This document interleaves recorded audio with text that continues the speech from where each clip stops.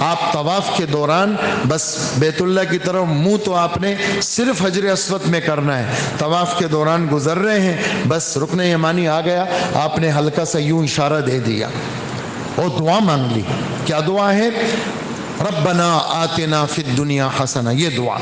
اللہم انی اسألک العفو والعافیہ, میں آپ سے معافی مانگتا ہوں. فرمایا کہ جو آدمی رکن یمانی پہ دعا مانگے گا اور پھر فرشتے اس کی اس دعا پہ کیا کہیں گے؟ آمین کہیں گے. حضرت عبداللہ ابن عمر فرماتے ہیں سختی تھی یا آسانی, رش تھا یا رش نہیں تھا, ہم نے کبھی بھی رکن یمانی کا استعلام نہیں چھوڑا.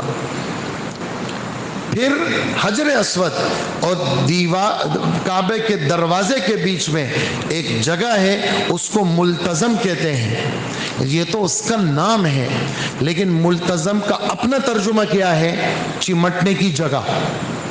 اللہ کے رسول صلی اللہ علیہ وسلم وہاں پہنچے, آپ نے اپنا سینہ مبارک اس جگہ پہ لگایا اور اپنے دونوں ہاتھ پھیلائے, اور آپ کا فرمان ہے جو ملتزم پر چمٹ کر کے اللہ سے دعا مانگے گا اللہ اس کی دعا کو ضرور قبول کریں گے.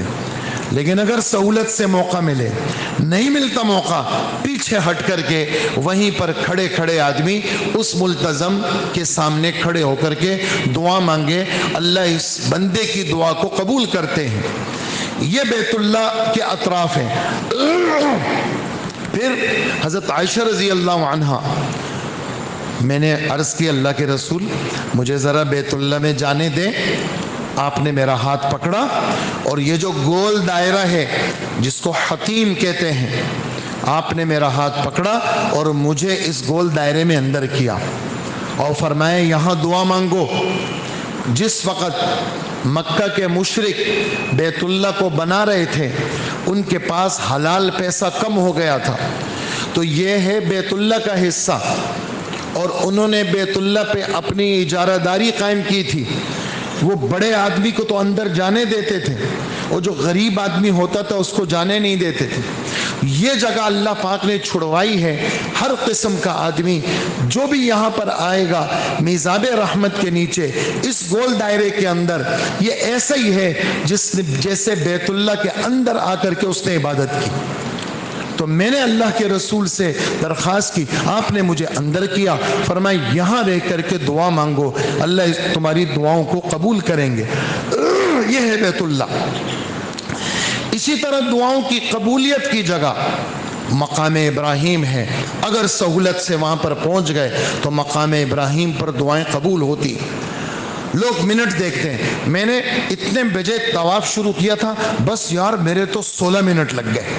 او بھائی منٹوں کو کہاں دیکھ رہے ہو, کتنے مشکل سے پہنچے ہو تم.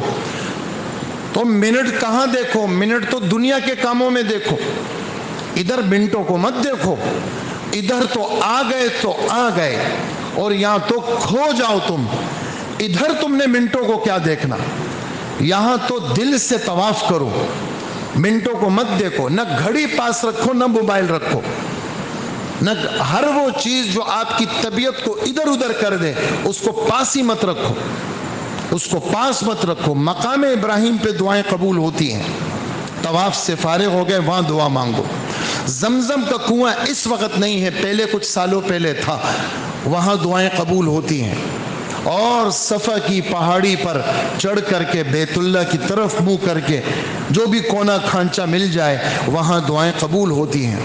اور اسی طرح سعی کے دوران بجائے اس کے کہ ادھر ادھر کی گپیں لگ رہی ہیں, فون آ رہے ہیں جی میں یہ کر رہا ہوں, اور لمحہ لمحہ کی رپورٹیں مل رہی ہیں, اپنے آپ کو عمل میں مصروف رکھیں. اور مروہ پہ بھی دعائیں قبول ہوتی ہیں. مکہ مکرمہ یہ وہ جگہ ہے جہاں محمد الرسول اللہ صلی اللہ علیہ وسلم پیدا ہوئے. اللہ کے رسول کے 53 سال گزرے یہاں پر, 10 سال مدینہ میں گزرے, 53 سال. حضرت علی بھی یہیں پیدا ہوئے, یہیں آپ کو معراج ہوئی, اسی جگہ سے آپ بیت المقدس گئے, یہیں سے آپ کا معراج کا سلسلہ ہوا. آپ کے سارے بچے مکہ مکرمہ میں پیدا ہوئے. مکہ مکرمہ کی فضیلت, اپنے گھر میں نماز پڑھ لی تو ایک کا ایک ثواب, گھر کی نماز، دکان کی نماز، ایک نماز کا ایک ثواب. اپنے محلے کی مسجد میں پڑھ لی، ایک نماز کے 25 درجے. جامع مسجد میں نماز پڑھ لی، ایک نماز کے 500 درجے. اور اگر بیت المقدس خدا پہنچائے اور مدینہ کے مسجد میں پہنچائے، یہ ابن ماجہ کی روایت ہے، 50,000 نمازوں کا ثواب ملے گا. ایک نماز 50,000 کے برابر. اور مکہ مکرمہ بیت اللہ کے اندر جس کو نماز کی توفیق مل گئی کہ جی ایک نماز 1,00,000 کے برابر اللہ اس کو اجر دیں گے. یہ جگہ یہ کوئی معمولی جگہ ہے. اور پھر فرمایا 2 دفعہ تو یہ جڑ سے ختم ہو چکا ہے، 2 دفعہ یہ جڑ سے ختم ہو چکا ہے. اگر تیسری دفعہ ختم ہوگا تو پھر خدا اس کو کبھی بھی لائیں گے نہیں.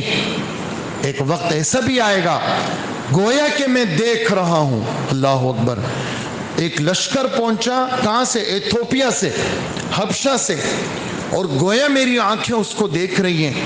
اس کا آخری بندہ، پہلا بندہ بیت اللہ میں، آخری بندہ جدہ کی بندرگاہ پہ، اور ایک ٹیڑھی ٹانگوں والا کالے رنگ کا حبشی وہ بیت اللہ پہ چڑھ کر کے بیت اللہ کو توڑ رہا ہے. اور یہ میری آنکھوں کے سامنے اللہ کے رسول فرما رہے ہیں ایسا ہوگا گویا کہ میں دیکھ رہا ہوں. ساری دنیا میں اتنی بھی حص نہیں ہوگی جو اس حبشی کو منع کرے اور بیت اللہ کو ٹوٹنے سے بچا لے. بیت اللہ گر جائے گا. تو کہا کہ ایک وقت 2 دفعہ یہ ختم ہو چکا ہے، ایک وقت ایسا آئے گا جب اللہ اس کو ختم کریں گے، پھر اللہ اس کو نہیں لے کے آئیں گے. اس لیے ارشاد فرمایا کہ لوگ خیر پر رہیں گے، امت محمدیہ خیر پر رہے گی. کب تک؟ جب تک مکہ اور بیت اللہ کی عظمت، اس کی عزت، اس کا احترام، اس کا ادب کرے گی، یہ خیر پہ رہیں گے. اور جس دن انہوں نے یہاں کی عظمت کو پامال کیا، اللہ پاک ان کو تباہ کر دیں گے.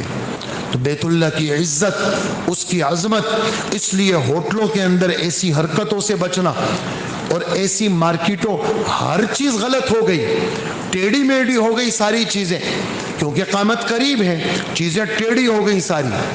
ہر جگہ عورتوں کا قبضہ، ہر جگہ دکانوں پہ عورتیں، ہر جگہ تصویریں.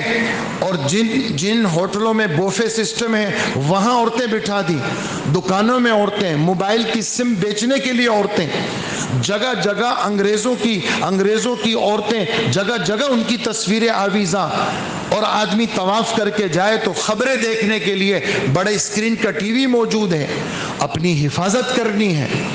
اس سفر کے اندر ہمارے نبی صلی اللہ علیہ وسلم عرفات کے میدان میں چند نوجوان لڑکے تھے، وہ کچھ عورتوں کو گور کے دیکھنے لگے. آپ نے فرمایا دیکھو اس جگہ پہ خدا کی نافرمانی جو کرتا ہے خدا پھر ان کو چھوڑتا نہیں ہے. ایسی عظمت والی جگہ، عظمت والے دن میں اس قسم کی نافرمانیوں سے اپنے آپ کو بچا کے رکھنا. تو بیت اللہ اسی میں زمزم ہے. اور زمزم ہمارے نبی فرماتے ہیں ہم میں اور منافقوں میں کیا فرق ہے؟ کہ منافق وہ زمزم تھوڑا پیتے ہیں اور مومن وہ زمزم وافر مقدار میں پیتا ہے. اور حکم یہی ہے کہ زمزم کھڑے ہو کے پیو اور قبلہ رخ ہو کے پیو اور بہت زیادہ مقدار میں پیو.